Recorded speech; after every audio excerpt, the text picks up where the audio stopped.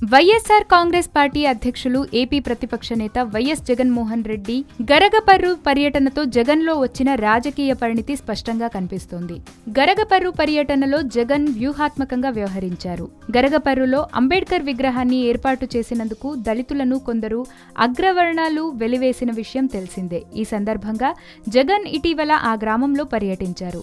అక్కడ జగన్ ఆచితూచి మాట్లాడారు. గత 3 ఏళ్లకు భిన్నంగా రాజకీయ చాతుర్యం ప్రదర్శించారనే వాదనలు వినిపించాయి. ఇటు అగ్రవర్ణాలను అటు దళితులను దూరం చేసుకోకుండా వ్యూహం ప్రదర్శించారని అంటున్నారు. ఆయన మాట్లాడిన తీరు అందరినీ ఆశ్చర్యపరిచిందని అంటున్నారు. గ్రామంలో పర్యటించిన జగన్ ఇటు అగ్రవర్ణాలను అటు దళితులను ఆకట్టుకునేలా మాట్లాడారని అంటున్నారు. ఓవైపు దళితులకు అండంగా ఉంటానని వారి వైపు నిలబడతానని చెప్పారు. మరోవైపు ఒకరిద్దరు చేసిన పనికి అందరినీ తప్పు పట్టవద్దని మాట్లాడారు. తద్వారా అగ్రవర్ణాలు అందరినీ తప్పుపట్టడం సరికాదని అభిప్రాయపడ్డారు.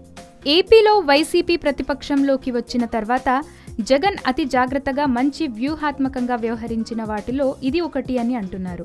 ఇరు వర్గాలను దూరం చేసుకోకుండా అందరూ మెచ్చేలా మాట్లాడారనే అభిప్రాయం వ్యక్తమైంది. ఇక్కడ జగన్ రాజకీయ పరిణితి కనబరిచారనే వ్యాఖ్యలు వినిపించాయి.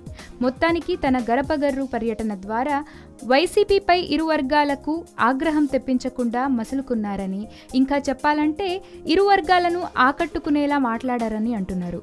సో జగన్ క్రమంగా పూర్తి స్థాయి రాజకీయ పరిణితి ప్రదర్శించడం పట్ల వైసీపీ నేతలు ఆనందం వ్యక్తం చేస్తున్నారు.